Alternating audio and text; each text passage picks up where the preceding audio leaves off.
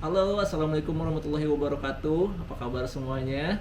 Ini jadi sekarang gue lagi ada teman dari Jakarta, namanya Rudi. Rudi apa namanya? Rudi Wicaksana.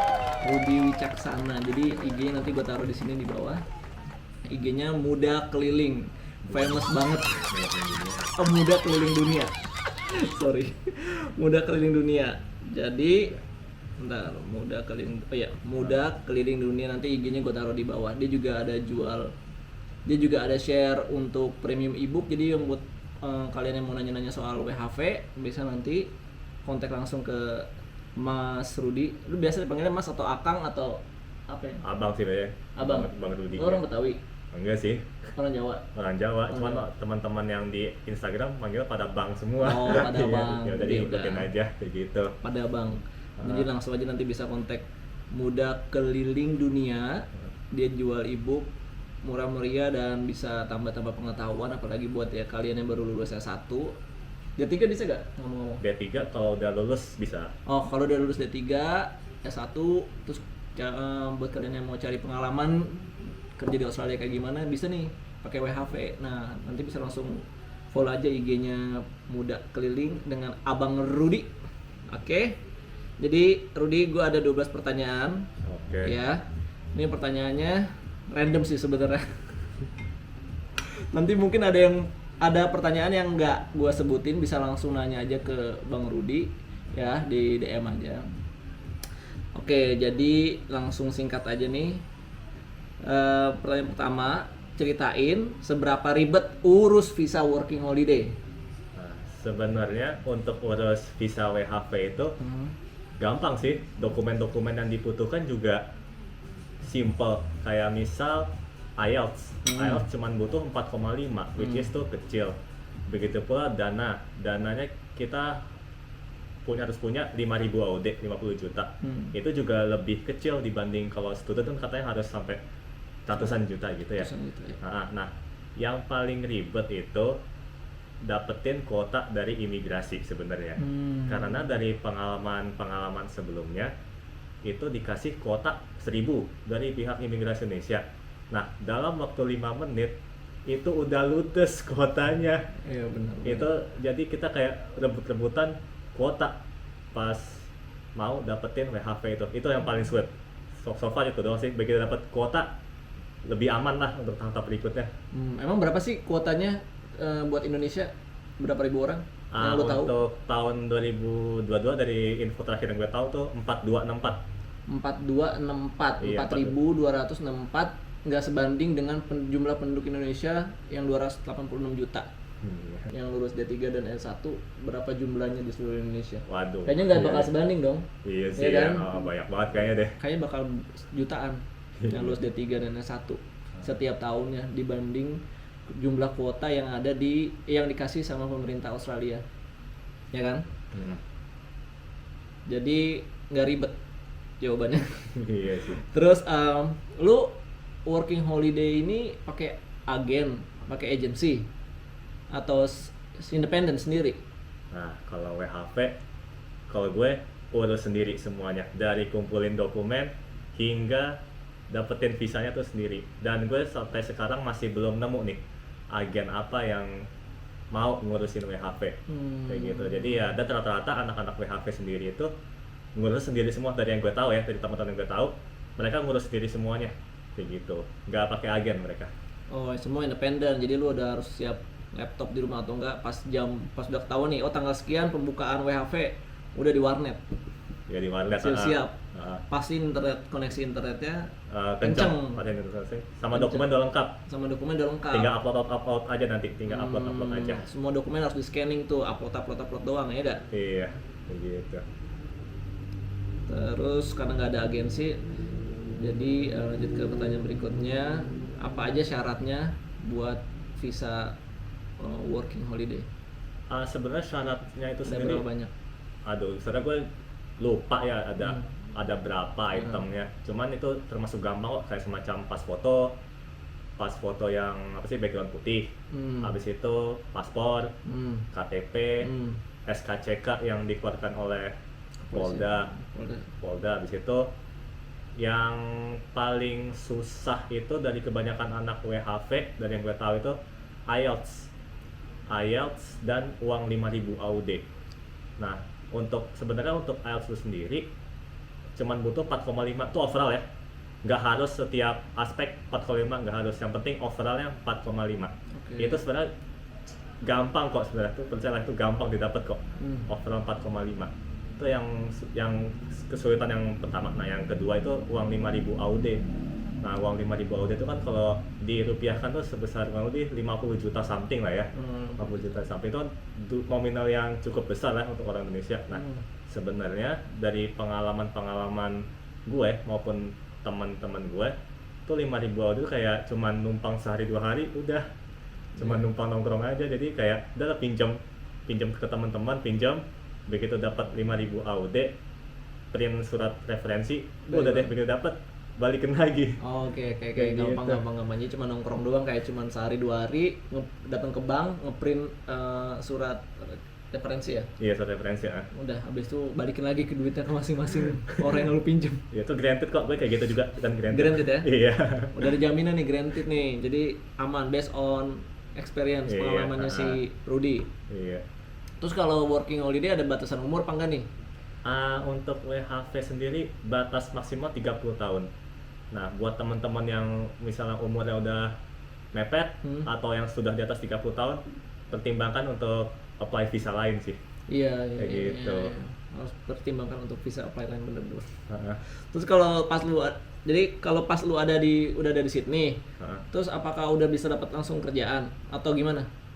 Sebenarnya dari kalau WHV gitu rata-rata ya itu cari kerjanya itu pas udah sampai Australia biasanya. Kayak gitu, karena rata-rata employer sana itu lebih prefer cari orang yang udah di Australia. Oke, benar. Kayak gitu. Benar. Dan pastiin kalau misalnya mau datang ke suatu tempat, kita harus tahu dulu nih kapan musim ramainya.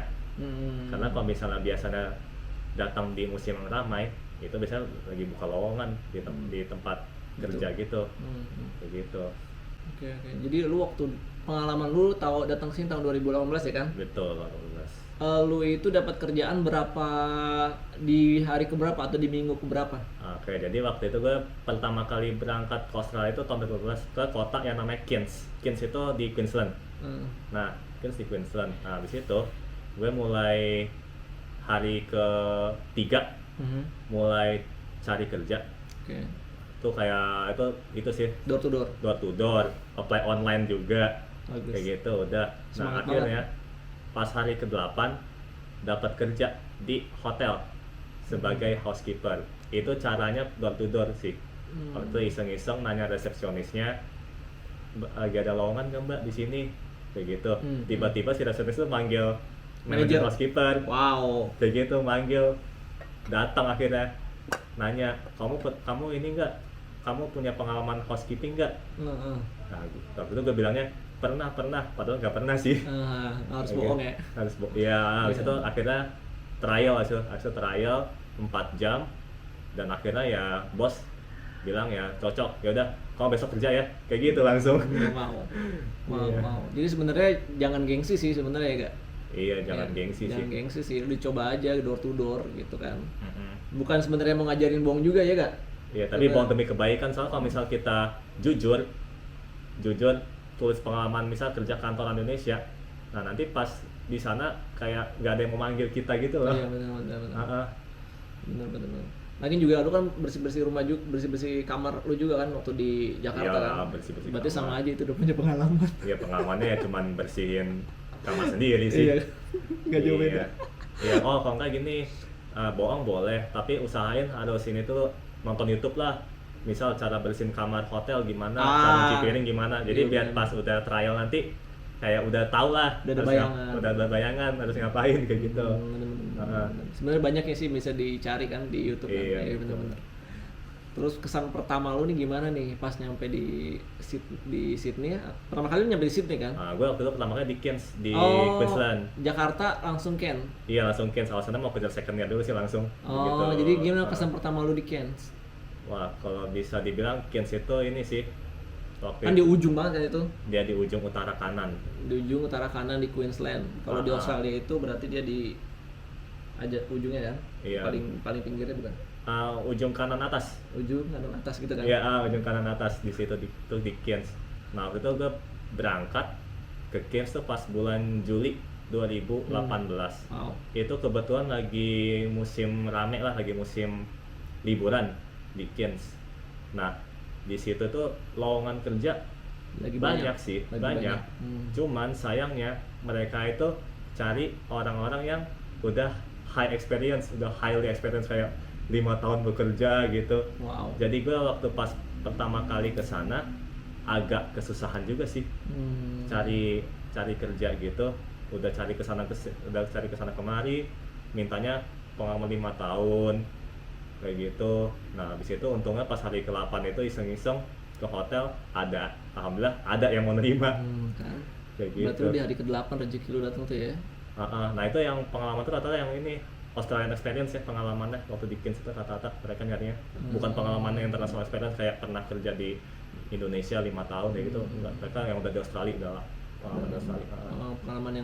Pengalaman di Australia gitu, pengalaman Iya, kerja di mereka Australia. nyarinya kayak gitu sih waktu itu. Terus lu kerja di sana berapa jam sehari? Nah, waktu itu kerjaan pertama gue tuh housekeeping. Hmm. Nah, housekeeping tuh casual, dia tuh nggak nentu gitu. Kayak misal hari pertama, hari ini misal dikasih cuma waktu 5 jam, besoknya cuma 3 jam. Kayak gitu, itu kayak nggak stabil gitu loh. Jadi kalau misal di rata-rata tuh mungkin 20 jam doang sih seminggu. 20 sampai 30 jam lah seminggu selama waktu di kerjaan pertama itu jadi housekeeper. Waktu awal-awal ya, waktu Iya. awal berkarir di sini ya. Terus lu tahu informasi gak atau pengalaman kalau lu working holiday visa bisa ambil short course di sini? Kalau misal dari ketentuan visanya itu ada tulisan study up to 4 months. Sampai Jadi 4 bulan, iya.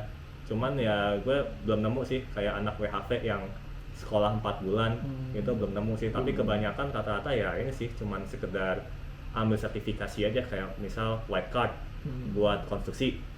Habis itu LSA yang kerja jadi waitress sama kopi. Iya sama kopi iya barista itu. Barista. Iya paling itu doang sih. Short course doang sih yang gue tahu ya. Kalau misalnya yang sampai sekolah 4 bulan belum tahu sih gue.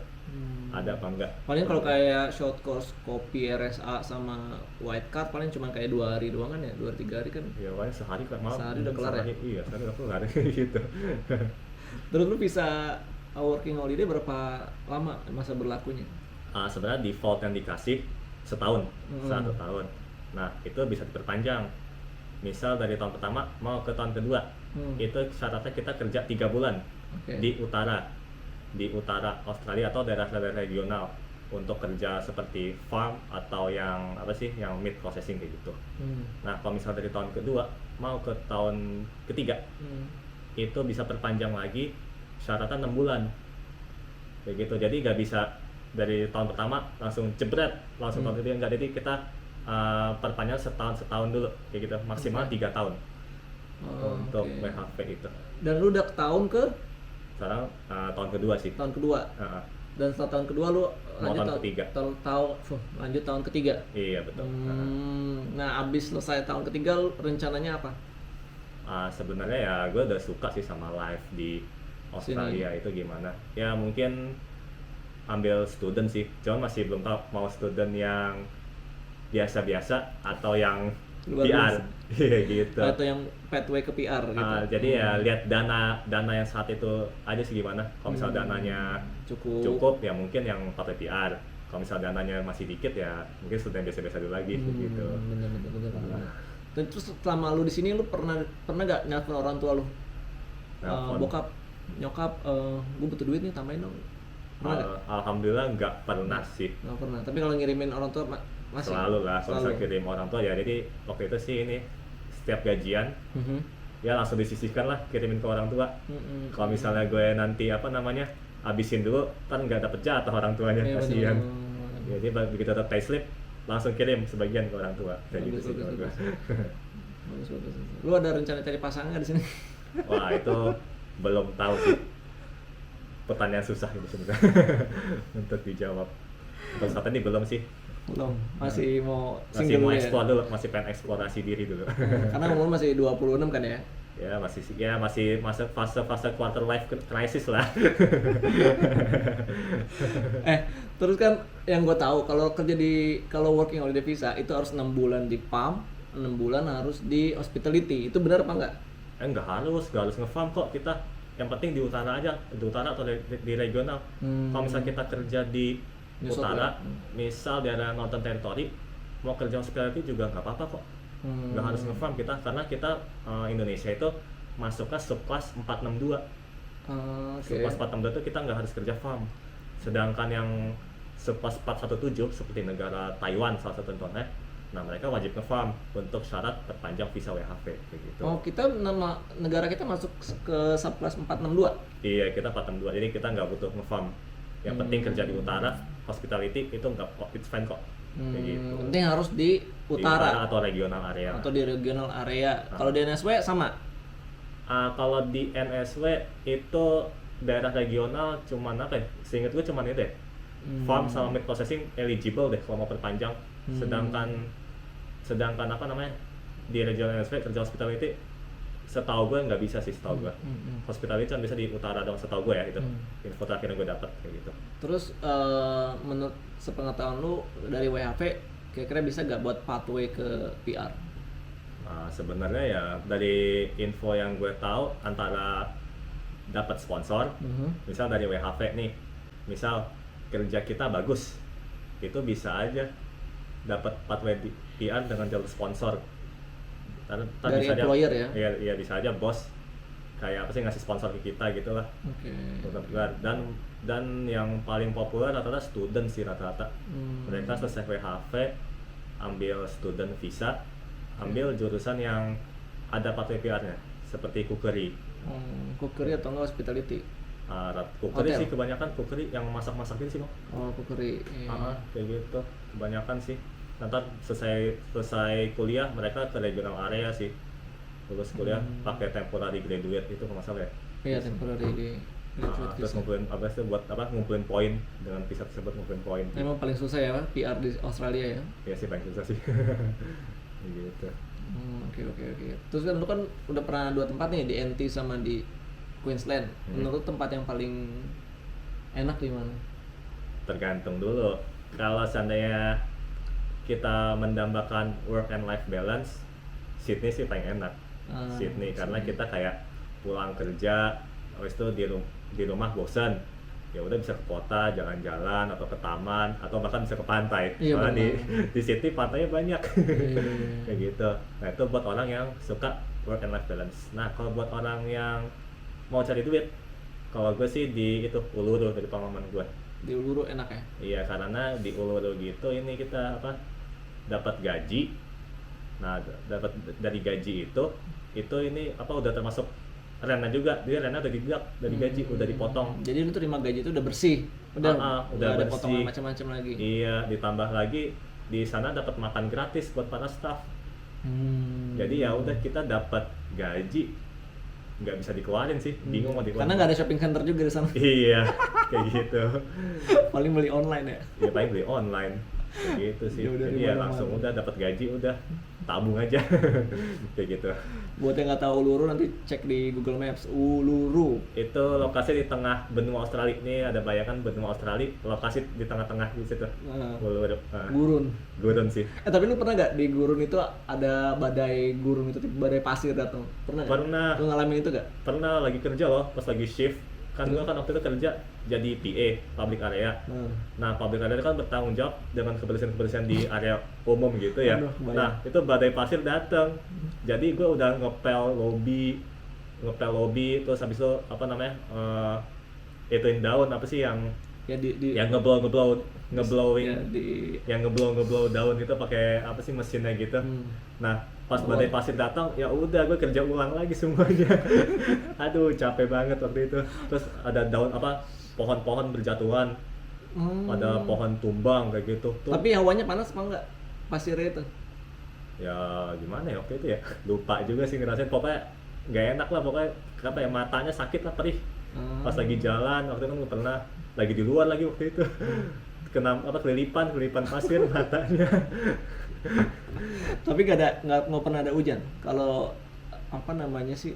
Hujan jarang sih, ada tapi jarang sih. Hujannya tuh dalam 1 tahun bisa dihitung pakai jari. Iya bisa dihitung, waktu mostly kering sih daerah situ. Kayak sekali-sekali aja deh hujan deh selama di sana sih. Paling panas berapa degree di sana? Paling panas gue pernah nyampe 45 45 derajat. degree. Tapi panasnya itu nggak berkeringat karena ya di sana tuh kering sih, bukan lembab. Kayak gitu. Jadi meskipun kita jalan di bawah 45 derajat nggak keringetan jadinya. Kayak gitu. Aneh juga ya, gue belum pernah ngerasain tuh. Coba lah bang. Ntar kalau gue ke Uluru lah, ntar Boleh, gua boleh. mampir ke Boleh. resort. Boleh. Oke, jadi itu aja pertanyaannya nih, bisa gue tanyain ke Abang Rudi. Nah, nanti kalau ada pertanyaan lagi bisa langsung kontak Bang Rudi @mudakelilingdunia, follow Instagramnya jangan lupa. Oke Bang Rudi, terima Oke. kasih banyak Terima kasih Bang Erik. waktunya. Iya. Udah makan, udah sholat, ya kan? Iya, udah. Harus itu jalan-jalan hari ini kan? Iya. Tapi gua Tapi ambil diundang waktu. sama Bang Erik buat Sorry, bro. gitu, buat ngisi YouTube ya.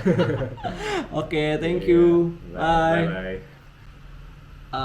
Jadi buat teman-teman yang mau nanya seputar working holiday visa, nanti bisa langsung DM ke Bang Rudi @mudakelilingdunia. Tapi sebelumnya bisa jelasin dulu nih, kita coba jelasin dulu step-stepnya buat teman-teman yang mau nanya lu atau yang mau beli ebook dari lu, itu kayak gimana? Coba jelasin. Oke, ini gue sekarang jelasin itu ya, step untuk dapetin WHV itu biasanya cara apply-nya lah.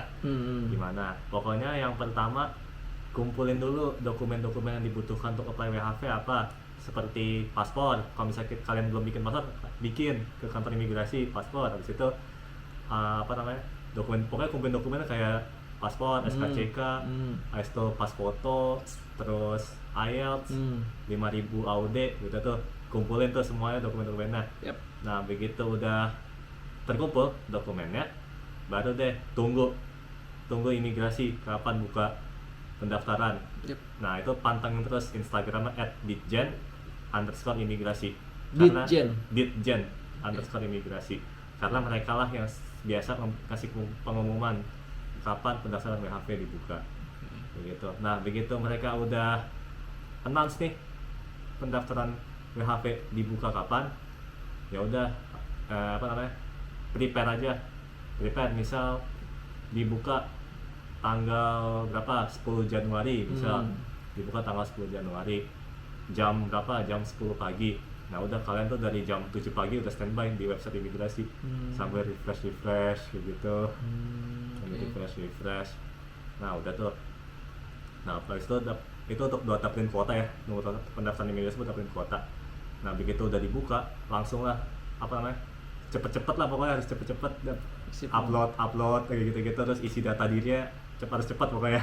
Karena kalau saya telat dikit, tuh udah kayak susah lah untuk bisa dapetin kuotanya gitu. Nah nanti begitu dapat kuota, ini datang ke kantor imigrasi di Kuningan buat hadir wawancara. Nah wawancara itu bawa dokumen-dokumen yang udah diupload.